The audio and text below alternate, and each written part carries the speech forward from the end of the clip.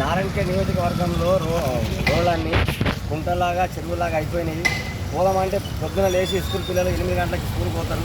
పిల్లలందరూ దారి కింద పడుతున్నారు. ఇది అధ్వానంగా తయారైంది. బైపాస్ రోడ్ ఇది బైపాస్ రోడ్డు రాజీవ్ గాంధీ చౌక్ నుంచి ఇక్కడ రాయపల్లి రోడ్ వరకు. మరి ఈ బైపాస్ రోడ్ చాలా అధ్వానంగా మారింది. 2.5 సంవత్సరాలు అవుతుంది. ఇప్పటిదాకా ఈ రోడ్డు స్పందించలేరు.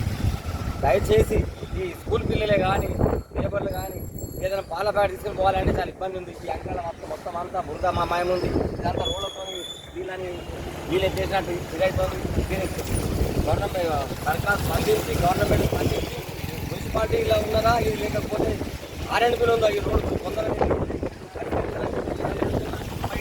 ఇబ్బంది కాకుండా ప్రజలకి కానీ ఆడపిల్లలు చిన్నపిల్లలు అందరూ బాగా ఇబ్బంది పడుతుంది. దయచేసి ఇప్పటికన్నా ఈ రోడ్డు మాత్రం మంచిగా చేస్తే బాగుందని చెప్పి మనం చేస్తుంది. ఈ యొక్క అధికారులు దీన్ని స్పందించాలి.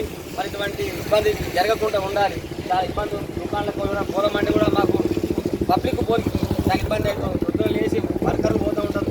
వాళ్ళకు కూడా చాలా ఇబ్బంది ఉంది. రావడానికి చాలా ఇబ్బంది ఉంది. ఇంత అన్యాయంగా రోడ్డులో దీన్ని స్పందించి ఇంతదాకా స్పందించి గవర్నమెంట్ వెళ్ళి మనం